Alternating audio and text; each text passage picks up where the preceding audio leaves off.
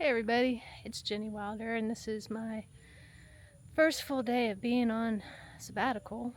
And today finds me down at Mepkin Abbey, which is a Trappist monk monastery in Moncks Corner, South Carolina. It's almost 8, it's a little close to 8, if not a little bit after 8, and we just finished our last service of the day. It was Compline, and from that service the brothers will go and get ready for their evening rest, and the retreat folks are able to go and also rest for the evening. There's no other program stuff happening tonight, but I'm not ready to rest, so if you know me, you're not surprised, right? So I wanted to take you on a quick journey of Mepkin Abbey, and I'm going to show you some beautiful live oaks with Spanish moss, take you down to the river, and give you a little bit of history of Mepkin Abbey and why it's special to me. I'll start with why it's special to me, and then I'll tell you the history. But let's take a look real quick. So look, everywhere you look, it's just live oaks dripping in Spanish moss. It's gorgeous. Gorgeous, gorgeous, gorgeous. And because it's a little after 8 o'clock, we're also coming close to sunset. Looking at the sky, you may not believe me when I say that just a couple of hours ago we were experiencing a pretty torrential thunderstorm here. And as I was growing up, it was the kind of thunderstorm you could set your watch by every afternoon in the summertime around 4 o'clock. That was what we had today. And it had been a long time since I had heard lightning, seen lightning and heard thunder all at the same time. But that happened quite a bit today. But I wasn't worried. I knew I was safe and right where I'm supposed to be. See, back in 2021, I came here to Mepkin Abbey in July, seeking some rest. I didn't know at the time just how much I needed to be quiet and still and listen for the voice of God.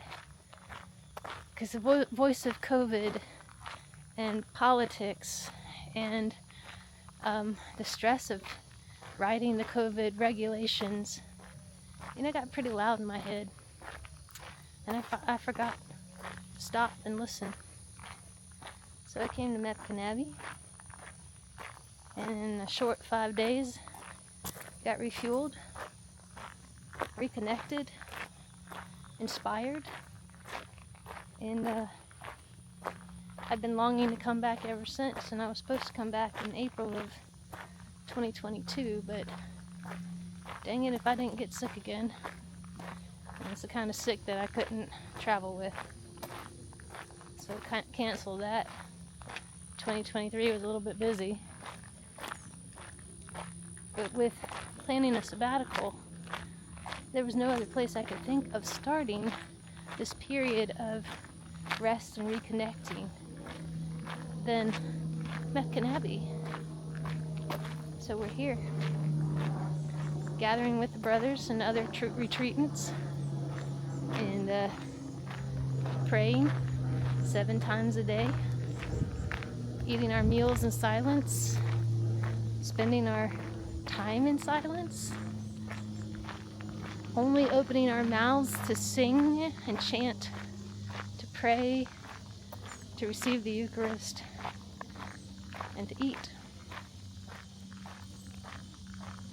Things change when that's the only time you open your mouth. When you only utter any sound. So less than 4 hours here, I'm already feeling that beautiful connection I was longing for. But let's look at the trees.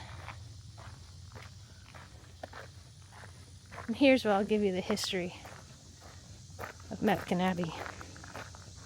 This area has been known as Mepkin for centuries and was originally the estate of several historic families. The first record of the name was a 1681 grant to the sons of Sir John Colton, one of the Lords Proprietary of South Carolina. In 1762, one of his descendants sold the land to Henry Lawrence of Charleston, and Lawrence built his home and called it Mepkin Plantation. A few years later, in 1936, a well-known publisher, Henry Luce, bought the property. The plantation was created from several smaller plantations, contained over 7,200 acres. When the Luces bought the plantation, Lawrence's house was already gone. The then current house had been built in 1906. Edward Durrell Stone, an architect from New York, traveled to Mepkin in 1936 to design a new house for the Luces. In 1949, the Luces donated a large part of the property, including the garden, to the Trappist order Gethsemane Abbey. 29 monks from the order from Gethsemane, Kentucky, came to Monk's Corner and to Mepkin Abbey to found the new Mepkin Abbey. With a few limitations, this abbey and the gardens are open to the public on a daily basis.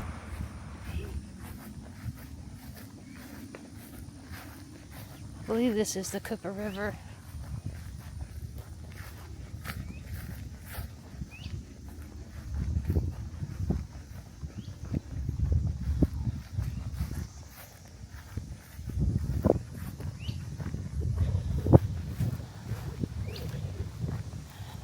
You ever one of those moments when you look upon nature and beauty and two things happen?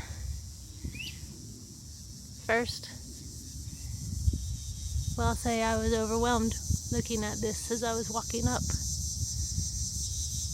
Just overwhelmed by the beauty. And secondly, how can you not believe in a God of all creation when this is God's handiwork? Offer to anybody who takes a moment to view it.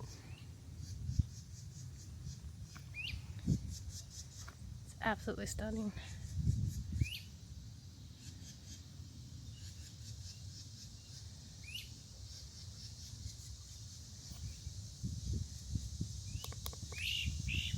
Well, friends, that's where I'm gonna leave you here tonight.